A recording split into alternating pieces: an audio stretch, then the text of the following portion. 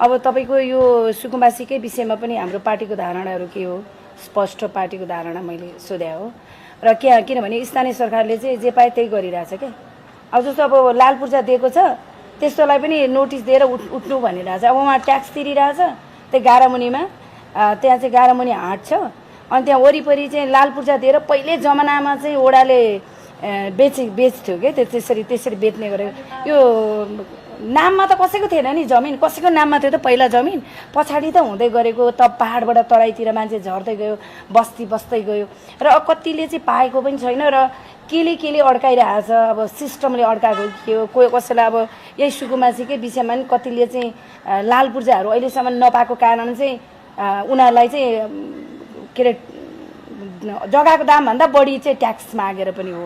अब यस्तोमा चाहिँ हाम्रो क्लियर धारणा के हो, जस्तो अब नदीहरू प्रिजर्भेसन गर्नुपर्छ भन्ने त कानुनै छ नि, नदीमा जबरजस्ती बस्नु चाहिँ गलत हो।